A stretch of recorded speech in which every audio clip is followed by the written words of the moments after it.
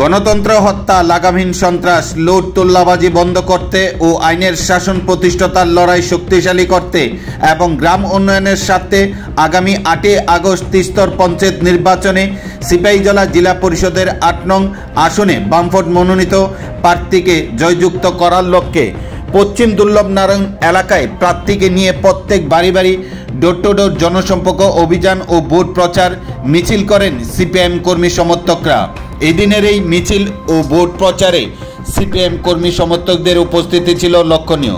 জানা যায় আগামী 8 আগস্ট ত্রিপুরা রাজ্যের ত্রিস্তর পঞ্চায়েত নির্বাচন, 12 আগস্ট ভোট গণনা। সেদিকে লক্ষ্য রেখে সিপাহীজলা জেলা পরিষদের 8 নং আসনে সিপিএম মনোনীত প্রার্থী মোহাম্মদ সেলিমকে হাতুড়াকাছি তারকা চিহ্নে ভোট দিয়ে জয়যুক্ত করার লক্ষ্যে এই দিনে প্রত্যেক বাড়ি বাড়ি ভোট প্রচারে গিয়ে আহ্বান জানান সিপিএম কর্মী সমর্থক থেকে শুরু করে প্রার্থী মোহাম্মদ সেলিম।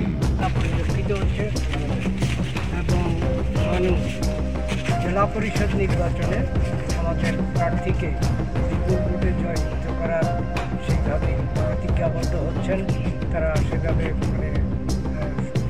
প্রতিবাদে সোচ্চার হচ্ছেন এবং নির্বাচনে সেই সিপিআইএম প্রার্থীকে বিপুল ভোটে জয়যুক্ত করার জন্য এখন সারা